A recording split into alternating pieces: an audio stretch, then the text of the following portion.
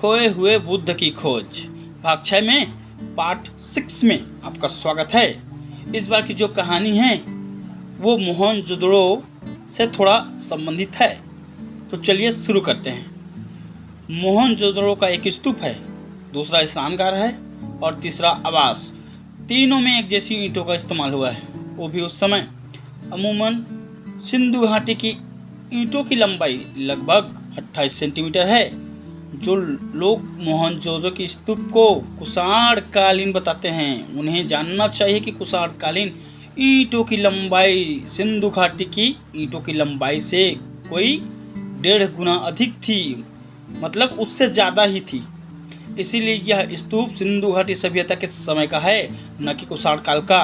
मोहनजोदड़ो स्तूप के साथ स्नानघर वैशाली की है, जिसकी तस्वीर मिलती है। दोनों का अभिकल्पन इंजीनियरिंग एक जैसा है, दोनों की बनावट एक जैसी है, दोनों का बनाया हुआ जगह एक जैसा है। सिंधु घाटी सभ्यता का अनेक अभिकल्पन बौद्ध सभ्यता में आगे भी जारी रहा। वैशाली में स्तूप व स्नानघर के बाकायदा तस्वीर और इंजीनियरिंग देखने को मिलती है। शिलाओं पर, ताम्र पट्टिकाओं पर, ईंटों पर, मुद्रा छापों पर, टिकिटियों पर प्राचीन काल में जिस तरह से बौद्ध सूत्र, बौद्धों पदेश लिखे हुए मिलते हैं, उस तरह से वैदिक सूक्त रचनाओं का समूह लिखे हुए नहीं मिलते हैं। ये नोट करने वाली बात है, इसके जैसा वो बिल्कुल नहीं मिलता है। क्यों? ईंटों पर, मुद्रा छापों पर, टिकड़ियों पर बड़े पैमाने लिखे हुए बौद्ध सूत्र नालंदा के खंडहरों से प्राप्त होते हैं, नालंदा के खंडहरों पर मिलते हैं। इसके अध्ययन के लिए अमलानंद घोष लिखित पुस्तक नालंदा उपयोगी है। मतलब इससे संबंधित जानकारी नालंदा जिस बुक को अमलानंद घोष ने लिखा है उसमें मिलती है। प्रसिद्ध मानवशास्त्री वेरियन एल्विन ने बताया है कि नाग का अर्थ आदमी होता है। आदमी है। अधिकतर भारत में यही समझा जाता है कि नाग का अर्थ सांप से संबंधित है, सांपों से, स्नेकों से संबंधित है। नाग, जिसको सांपों का सबसे बड़ा सांप कहा जाता है, भारत में ऐसा समझा जाता है, जो कि भारत में खासकर छत्तीसगढ़ में नाग पंचमी मनाया भी जाता है। उन्होंने पूर्वोत्तर की भाषाओं से कई सबूत दिए हैं। ऐसे भी पाली में नाग का एक अर्थ आदमी है। नाग के नग, पहाड़ या नग्न, नंगा आदि से जोड़ा जाना व्यर्थ है, ये गलत है। ऐसा नाग का अर्थ नहीं है। नाग, नागवंश को आदमी के अर्थ में जोड़ा जाना सही है, ये भी सही है, ये समझने वाली बात है। आरंभिक नाग राजाओं के सिक्के पर ताड़ वृक्ष का अंकन है। मथुरा, इंदौर, खेड़ा आदि स्थानों में नाग राजाओं के जो सिक्के मिले हैं उन पर ताड़ वृक्ष का अंकन है। मतलब उस समय नाग राजा थे, नागवंशीय जिनको कहा जाता है, थे, तो उन्होंने अपने सिक्कों में बकायदा इसको लिखा भी है। ताड़ वृक्ष नागों का प्रतीक चिन्ह था। ये देखिए, मैंने कहा ना, नागों ने बकायदा लिखवाया है सिक्कों में ऐसा। इतिहासकारों ने नवनाग की व्याख्या जो नवनाग राजाओं के रूप में की है, यह सही नहीं है, यह भी गलत है। सिन्नों को मिला था ऐसी बातें। नवनाग राजाओं का उल्लेख भी नहीं है। नवनाग का संबंध नए या बाद के नए राजाओं से है, जिनके स्मृति चिन्हों पर उसी ताड़ वृक्ष का अंकन मिलता है।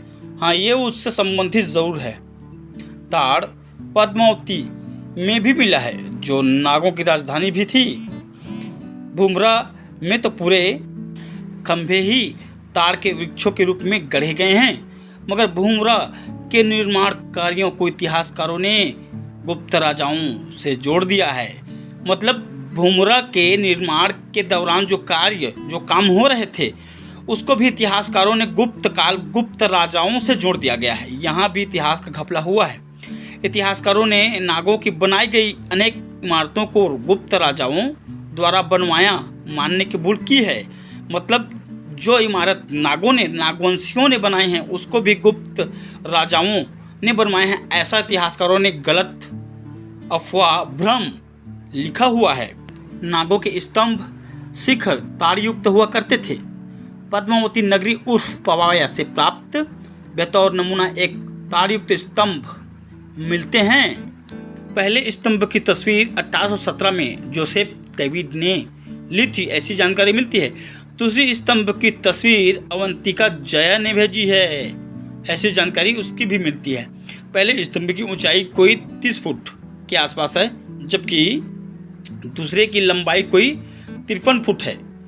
पहले स्तंभ के बारे में 1870 के दशक में कनिंघम ने लिखा है, जबकि दूसरे स्तंभ की चर्चा सर्वप्रथम बुकानन ने 1810 के दशक में की है। पहला स्तंभ गाजीपुर यूपी के लटिया में है। दूसरा स्तंभ जहानाबाद बिहार के लाट में है। प्रकृति में स्तंभ को लाट कहा जाता है। लाट मौजूद होने के कारण ही पहले गांव का नाम लठिया और दूसरे गांव का नाम लाट है। लठिया और लाट के स्तंभों में फर्क है, एक गोल है और दूसरा पहलदार है। पहलदार स्तूप गुप्त और पूर्वोत्तर काल की खासियत है। गोल चिकना और बलुए पत्थर का चमकदार स्तंभ अशोक के लाट की विशेषता है, मतलब उससे संबंधित है।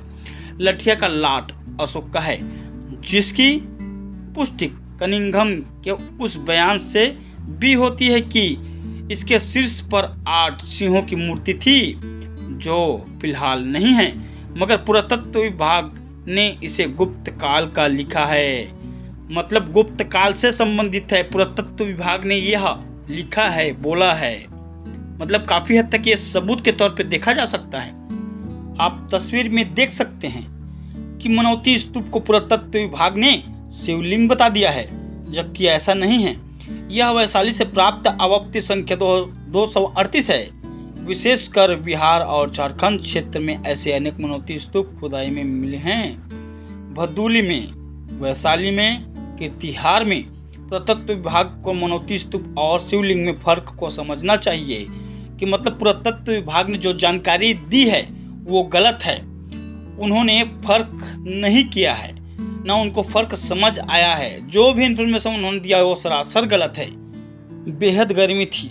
सुजाता के गांव में बराबर की पहाड़ियों पर जाना था। बराबर की पहाड़ियों पर अशोक की बनवाई गुफाएं हैं। रास्ते की जानकारी ली, पता चला कि गया के मोरिया घाट से बेला जाना होगा। बेला सुनकर उरुबेला जैसे गांव याद आ गए। मोरिया घाट से गुजरते हुए मठ मोरिया की याद आई। कैमूर जिले के मठ मोरिया में अशोक का अभिलेख है। अशोक ने यहाँ एक रात गुजारी थी। जाने क्यों इतिहासकार मौर्य कहते हैं। जनता के लिए यह मौर्य था। आश्चर्य नहीं कि गया का मौर्य घाट अशोक के नाम पर पड़ा होगा। अशोक के बौद्ध गया जाने के प्रमाण हैं। अशोक के समय में बराबर की पहाड़ी जवान रही होगी, अभी बिल्कुल बूढ़ी और जर्जर है। सदियों से चलकर गुफाओं के पास पहुंचा। गुफाएं ग्रेनाइट की बनी हुई, भीतर में एकदम चिकनी और चमकदार थी। लिपियों को देखा, हैरत हुई कि अनेक लिपियां अभी भी अनपढ़ी हैं, मतलब उसे पढ़ा नहीं गया है, अभी तक नहीं जाना गया है। एक लिपि ऊपर से नीचे की ओर लिखी गई थी, दूसरी संघा कृति में संघ लिपि थी। ये लिपियां सिंधु घाटी की भांति पढ़ी नहीं जा सकी हैं, मतलब ये लिपि को अभी तक पढ़ा नहीं जा सका है, समझा नहीं जा सका है। आंखें उस मूर्ति को तलाश कर रही थी जिसमें गौतम बुद्ध माँ की गोद में हैं। सीढ़ियों में उतरते दाहिने किनारे एक पेड़ के नीचे पर वह मूर्ति दिखाई पड़ी, संगमरमर की बनी, बिल्कुल अपेक्षित अलग। 22 जनवरी 2018 से सिवान जिले के तितरा क्षेत्र की खुदाई आरंभ हो चुकी है। बड़े पैमाने पर बौद्ध अवशेष मिल रहे हैं। इधर बीच कृष्ण कुमार सिंह की प्राचीन कुशीनारा का अध्ययन नामक किताब आई है। लेखक ने दावा किया है कि यही सीमांत का तीसरा क्षेत्र असली कुशीनगर है, जहां गौतम बुद्ध का परिनिर्वाण हुआ था। कनिंघम ने कुशीनगर को देवरिया जिले में स्थित कस्या से समीकृत किया है। फिलवक्त कुशीनगर उत्तर प्रदेश का जिला है। अभी के वर्तमान में विसेंट स्मिथ का कनिंघम से सहमत नहीं थे। कुशीनगर को लेकर इतिहासकारों के कई विचार हैं, सबके अलग अलग विचार हैं, सबके अलग अलग मत हैं, अलग अलग जानकारियाँ इन्फॉर्मेशन हैं। पहियान कुशीनगर गए थे। पहियान की भारत यात्रा में अगर आप पढ़ेंगे तो पहियान ने बहुत अच्छे से इसके बारे में विस्तार से लिखा हुआ है। तो आगे चलते हैं। पहियान कुशीनगर गए थे। कुशीनगर ने पूर्व और दक्षिण 12 योजन चक्कर वैशाली पहुंचे थे। 12 योजन चलकर वैशाली पहुंचे थे। यदि पहियान पर यकीन करें तो वैशाली से कुशीनगर की दिशा और दूसरी जो उन्होंने बताई है ठीक लगभग वही है जहां तीसरा क्षेत्र में अभी खुदाई चल रही है। मतलब पहियान ने जो जगह बताया था, जो दूरी और जगह बताई थी, वहीं पर खुदाई चल रही है। तो इससे यह यकीन किया जा सकता है कि उन्होंने जो बताया था वो सही है। ऐसे में संभव है कि नए रिसर्च के मुताबिक गौतम बुद्ध का परिनिर्वाण स्थान उत्तर प्रदेश के कुशीनगर जिले से बदलकर बिहार के सिवान जिले में स्थापित हो जाए। सुजाता के गांव जाना हुआ। बौद्ध गया से पूर्व निरंजना नदी के तट पर यह गांव है। इसे बकरौर कहा जाता है। पाली साहित्य में इसे सेनानी गांव कहा गया है। जब से इस गांव में सुजाता का स्तूप मिला है, तब से इस गांव का एक नया नाम सुजाता ग्राम प्रचलित हुआ है। तस्वीर में सुजाता का स्तूप है। इसकी पुष्टि वहां से प्राप्त 8वीं सदी के एक अभिलेख से होती है, जिस पर सुजाता गृह लिखा हुआ है। यह वही महिला है जिन्होंने गौतम बुद्ध को खीर खिलाया था, जिसके बारे में आपने टीवी में अक्सर देखा होगा। सुजाता का यह स्तूप मिट्टी से ढका हुआ था। 21वीं सदी के प्रथम दशक में मिट्टी के टीले की खुदाई हुई, तब इतिहास में सुजाता का स्तूप भी शामिल हो गया। सुजाता स्तूप से कोई 1 मील की दूरी पर वह स्थान है जहां सुजाता ने गौतम बुद्ध को खीर खिलाई थी। अभी इसे सुजाता मंदिर कहते हैं। सुजाता मंदिर से कोई 20 मीटर पूरब में एक टीला है। इस टीले को स्थानीय लोग मठ बोलते हैं। गांव के एक कृषक से टीले की थोड़ी सी खुदाई कराई तो मुझे विश्वास हो गया कि यह एक विशाल स्तूप है और संभवतः गौतम बुद्ध को खीर खिलाए जाने की मूर्ति स्मृति में बनवाया गया है। इसको आप पुरातात्विक सबूत समझ सकते हैं।